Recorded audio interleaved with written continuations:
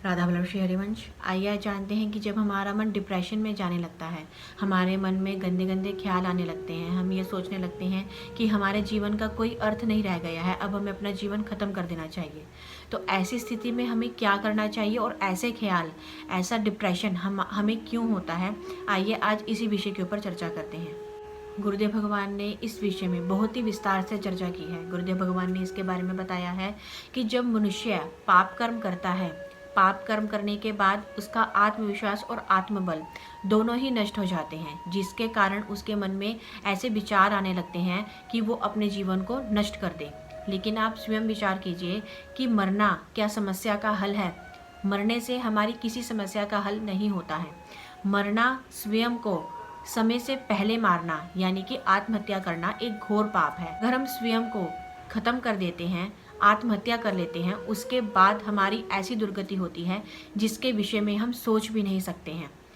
जब जो मनुष्य आत्महत्या करता है, अपने शरीर को समय से पहले नष्ट करने की कोशिश करता है या फिर अपने समय से पहले अपने शरीर को नष्ट कर देता है, उसको प्रेत योनि में जाना पड़ता है।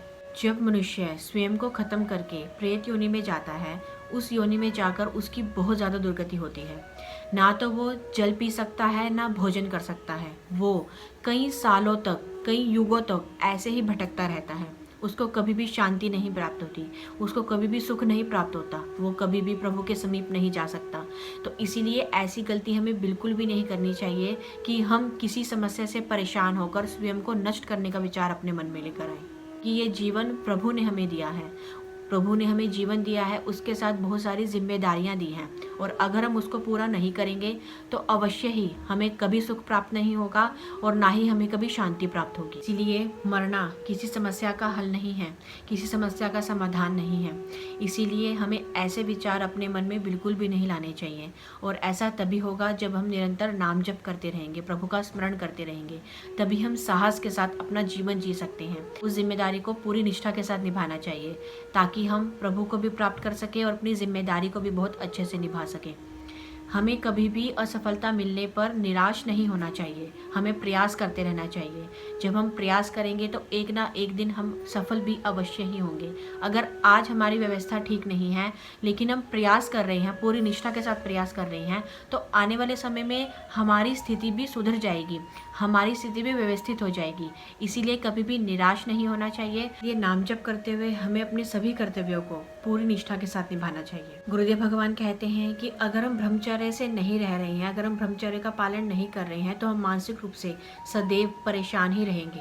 हमारे मन में कभी भी शांति नहीं होगी, हम कभी भी सुख को प्राप्त नहीं कर पाएंगे। हमें ब्रह्मचर्य का पालन अवश्य ही करना चाहिए। अगर हम ब्रह्मचर्य का पालन कर रहे हैं तभी हमें परिस्थितियों से लड़ने की शक्ति मिल सकती है। इस बात के ऊपर विशेष प्रकार से ध्यान देना चाहिए। हमें अपने जीवन में ना तो हर जगह सफलता मिल सकती है और ना ही असफलता मिल सकती है। अगर आज असफलता है तो कल सफलता भी होगी, और अगर आज सफलता है तो कल असफलता भी हो सकती है।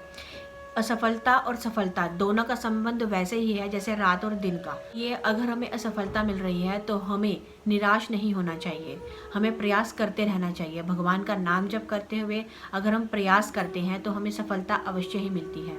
गुरुदेव भगवान कहते हैं कि आत्महत्या किसी भी समस्या का समाधान नहीं है। ये दुख सुख आ रहे हैं, उन्हें भगवान का नाम जप करते हुए धैर्य और सहनशीलता के साथ स्वीकार करना चाहिए। आशा से बचने का सबसे सरल और प्रभावी उपाय है प्रभु का नाम जप करना, सत्संग सुनना और अपने कार्यों में मन लगाना। हमें कभी भी खाली नहीं बैठना चाहिए, अपने मन को कभी भी खाली न रखें। सदैव प्रभु का चिंतन करते रहें, प्रभु का नाम जप करते रहें।